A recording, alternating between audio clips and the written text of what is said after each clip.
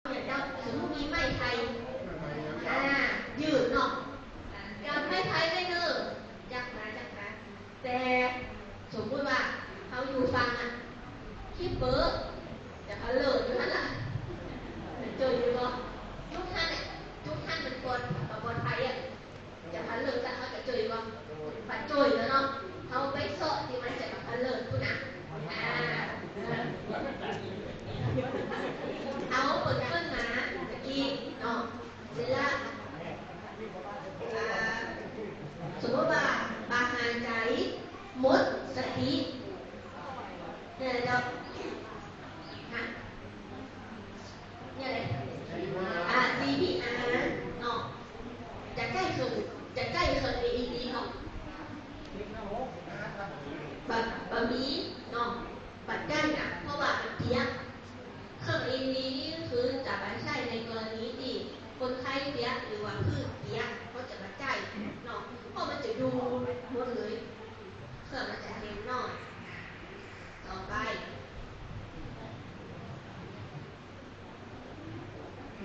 สมมติว่าอันนี้สถานการณ์คือวิ่งเป็นลมหมดสติเนี่ยจะได้จำก็เดิม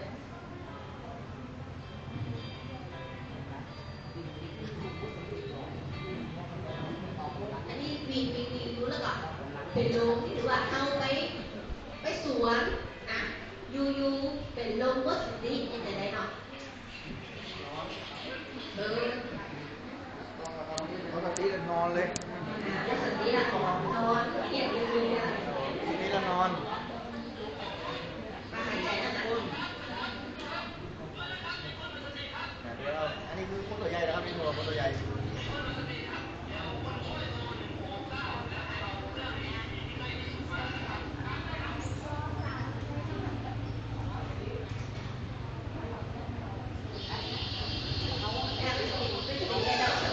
แค่นี้หรือเพียงกระตุ้นไฟฟ้าน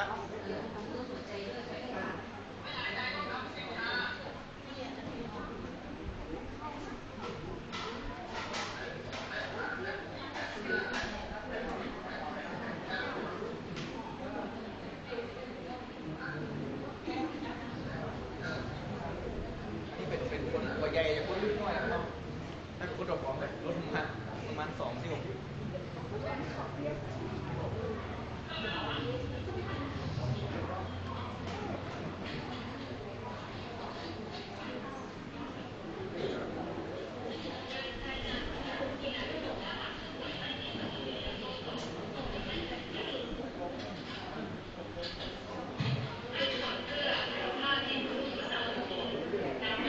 คนไหนดูเนี่ยไม่หนักเกียร์หนักเกียร์อย่างนี้เนี่ย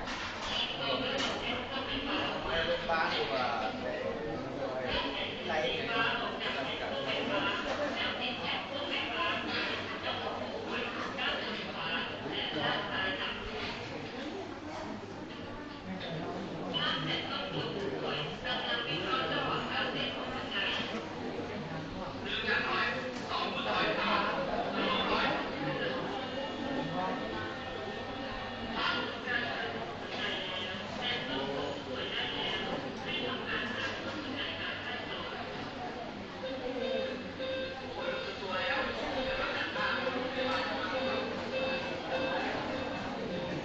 อันนี้คนปั้มแล้วก็ผู้ป่วยที่ขึ้นตัวเนาะโดยใช้เครื่อง AED นะเครื่อง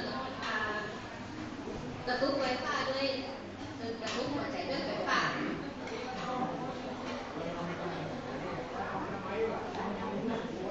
ส่วนนี้นะมันจะมีที่โรงพยาบาลอนามัยเนาะแต่ถ้าสมมติว่าเขาอยู่ไกล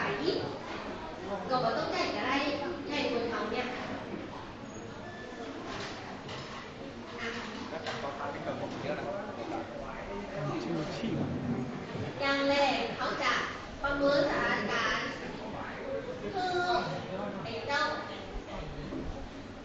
ปลอดภัยบอกประเมินสถานการณ์เพื่อปลอดภัยเนาะถ้าสมมติมีคนโดนรถชนอยู่กลางถนนเนี่ย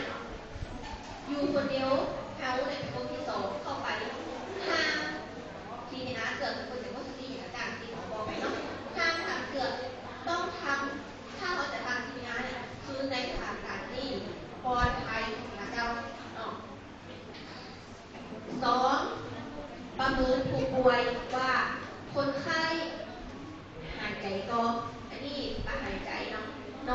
เนี่ยตื่นๆเนี่ยปาหายใจ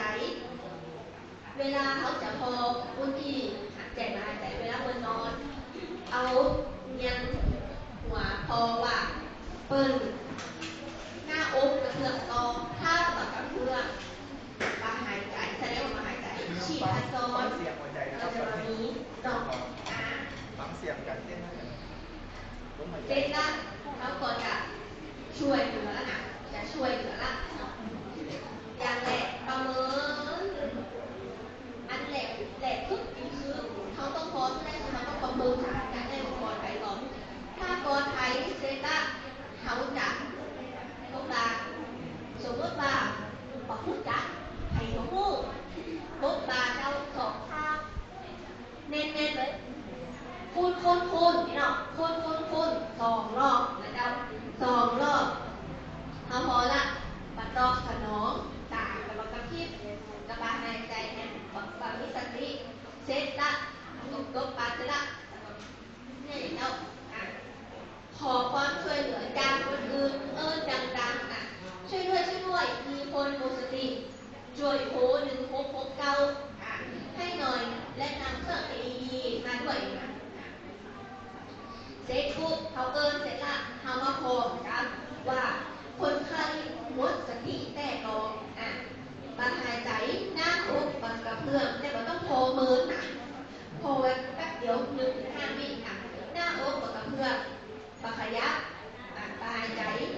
แน่นอนเขาจะ CPR วิธีการกดหน้าอกเขาจะกดลึกประมาณ5-6 เซนหรือว่าประมาณ2 นิ้วนะเจ้าวิธีการวัดวิธีการวัดเขาจะกดความเร็วยูตี100 ถึง 120 ขั้นต่อนาทีนี่ก็จะนิดวิธีการวัดที่จะปั้มหันหัวลงนี่ก็เราลงไม่หน่อยเราลงไม่หน่อยเขาก็ว่าไปนี่นะสมมติว่ามันอยู่สื่อตะนี้เนาะเซตละวัดขอหอยเนี่ยลงไปเนี่ยจุดกึ่งกลางอยู่ตะนี้เนาะจุดตัดกึ่งกลางเนี่ยเราจะปั้มตะเนี้ยเราจะปั้มตะนี้หรือว่าถ้าใครไปสอบที่ปีได้ที่ปีตะนี้เนาะวัดขึ้นมา2 นิ้วไปอยู่ตะนี้เสร็จละเขาจะเอามือส้นฝ่ามือที่ฐานะลงไปก่อนเสร็จละค่าตีบาฐานะเจ้าประสานลงตะก้อนเนี่ยวิธีการปั้มก็คือกด30เป่าปาก2 รอบแต่บัดเดียวเนี่ยเขาจะมาทำกันละกด30เป่าปาก2 รอบเขาจะกด200 ครั้งแล้ว200 ครั้งคือจะนับเป็น1 รอบเพราะว่าเนี่ยเราจะมาเป่าปากเพราะว่าถ้าสมมติว่าเขาเป่าปากไผ่กับบ่ฮู้นี่โรคประจำตัวก็กับบ่ฮู้เนาะเขาจะกด200 ครั้งต่อรอบนาทีเจ้าแล้วก็แต่เดี๋ยวเขาจะสาธิตแบบ32นั่นเนาะก็คือกด30เป่า2เพราะว่าถ้ากด200นี่คืออิดแน่นอนเนาะถ้าสมมติว่าเขาจะสมมติเขากด200 ครั้งเนาะ1 รอบเสร็จปุ๊บถ้าบะหมี่ไข่มาเปลี่ยนเนี่ยอะไรเจ้าเนี่ยอะไรถ้าบะหมี่คนมาเปลี่ยนกดไปเรื่อยๆเนาะจนรถโรงพยาบาลนะหรือว่ามีคนมาเปลี่ยนเนาะต้องกดไปเรื่อยๆจนแบบเปิดหนักแต่ว่าเขาประเมินพอละ2 ได้ค่ะเขาพอละเปิดมีสติเนาะหายใจหมดการหายใจเต้นกลับมาก็คือโอเคเนี่ยถ้าสมมติว่าบะหมี่เกือบลมหายใจกับบะหมี่ยังมาหายใจเกือบกดเลยจนรถโรงพยาบาลมาพอรถโรงพยาบาลมาเสร็จหมอก็จะเอาเครื่อง AED เนี่ยมาแปะตีหน้าอกด้านขวาแล้วก็ใต้ชายโครงด้านซ้ายเนาะแต่เขาก็กดไปเรื่อยๆนะและอีกเครื่องนึงมันก็จะบอกว่าปั๊มไปเรื่อยๆจนแบบหยุดปั๊มอีน้องแล้วก็คือมันจะบอกว่า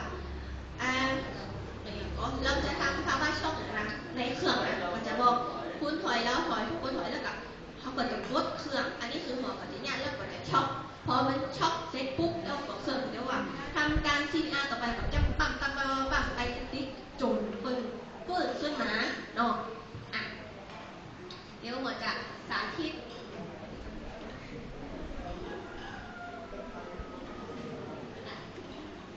วิธีการปั้มเป็นสาธิตได้พอนะเจ้า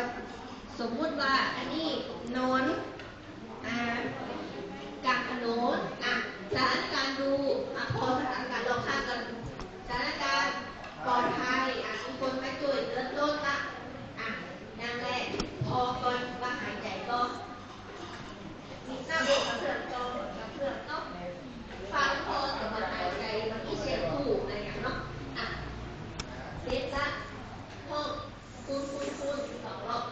คูณห้องละบัดคืนห้องพร้อมกับหายใจก่อนหน้าอกกระเพื่อมเนาะขอความช่วยเหลือเจ้าช่วยด้วยช่วยโทร1669ให้ทีและนำเครื่อง AED มาด้วยโอเคเด็ดละเขาจะปั้มละอันนี้เอา3 ที่ 2เลยค่ะวิธีวัดอยู่นะเจ้าเราลงมาที่คอหอยคุณกัดกึ่งกลางเอาสั่นมือที่ฐานะกางขาออกมาถึงยกขึ้นมา4 หัวเขาจะต้องโน้มหัวมากน้อยข้อใหม่เจ้าเขาจะใจทิ้งตรงบริเวณช่วงเนี้ยกดถ้าเขาอยู่ไกลมันจะปั้มมาได้เนาะมันจะปั้มตามจังหวะ1 2 3นะ1 และ 2 และ 3นะ1 2 3 1 และ 2